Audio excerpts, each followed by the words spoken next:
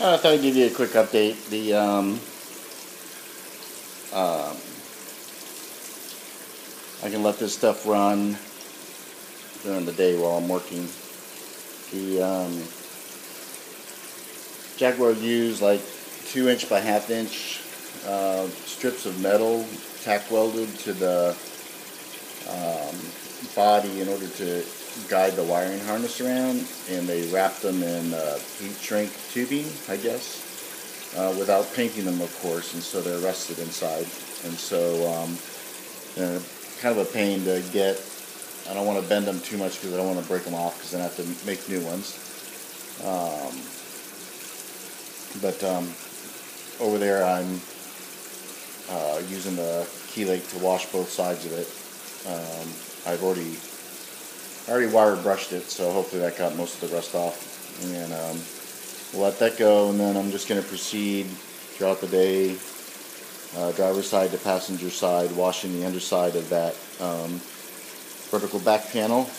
So then this weekend we can epoxy coat it and declare the back end done. Then I'll probably set this on to be washed. Actually, I'll probably wash that tomorrow, and then that way you can epoxy prime both ends of the transmission or drive shaft tunnel and weld that in over the weekend. And everything will be nice and tidy and buttoned up and rust free. So I thought you'd get a kick out of seeing the Keylake capture system. Just 2x4 frame, and then I cut a V in the front 2x4 so that it slopes down. And then there are ratchet straps going from basically each side of the spout out to the back corners to support it, because otherwise it was sagging in the middle. The black stuff isn't oil, it's they have big rubber plugs on the side of the transmission tunnel, and they're dissolving or something. So that one's just oozing all over the place right now, but it's in the trash. So now I dressed the welds between the two sheets of floor. I need to hit a couple of spots that I missed, and then I'll dress those again, and then I think at that point I will clean everything up, and then wipe it down with lacquer thinner, and then I'm going to hit the floor with the DA with 80 grit. That's epoxy primer that I put on it, but I didn't prep it before. You know, I cleaned it, but I didn't scuff it with sandpaper. So I'll see what comes up, if anything, with the DA, and then I'll probably mask it up today, and then Derek will spray the floor and the back alcoves behind the seats, and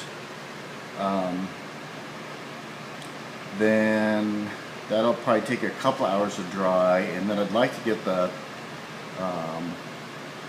tunnel welded back in, because everything else kind of plays off of that. Alright, so geez, what did I do? Oh, I cleaned up the welds down there and in there. I had to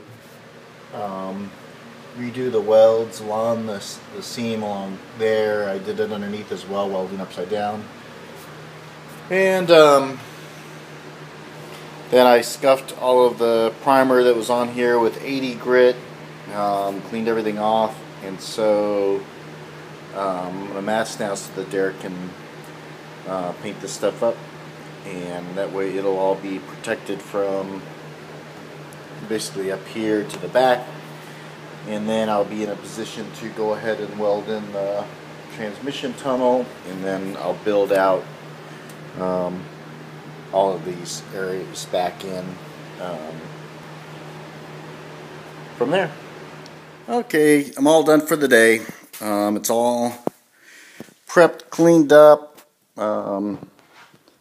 masked off. The blue lines are where the eventually I'll put weld-through primer for the cross beam. Those pieces I got from Monocoque Metalworks, and they are hung up and phosphored and etched and scuffed and ready to be primered. But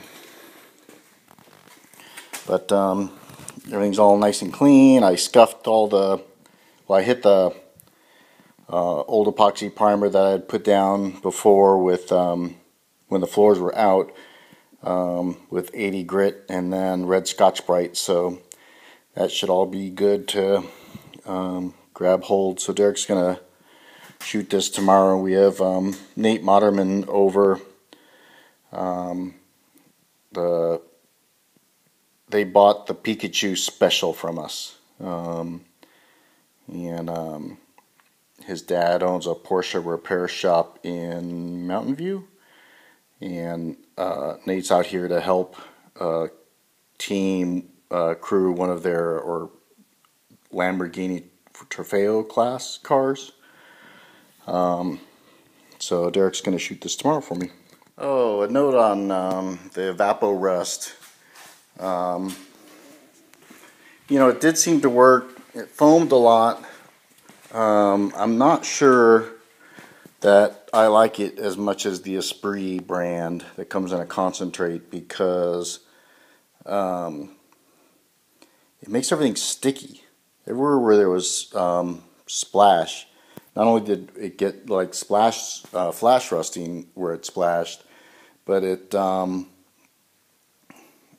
everything's sticky, which is really annoying. So I'm gonna, for my next round, I'm gonna buy the a thing of Esprit and see if it's sticky too. I don't remember it being sticky, but in my excitement over it having worked, I may not have noticed. So the Evapor Rust is actually cheaper because you can get it through Amazon Prime for like $82 second day, where the Esprit concentrate is about $82 shipped UPS ground or something like that, so it takes longer. But then you have to go and buy 4 gallons of distilled water, you know, which adds another almost $10. So, but if it doesn't make everything sticky, then to me that's enough to make it worth going the other way.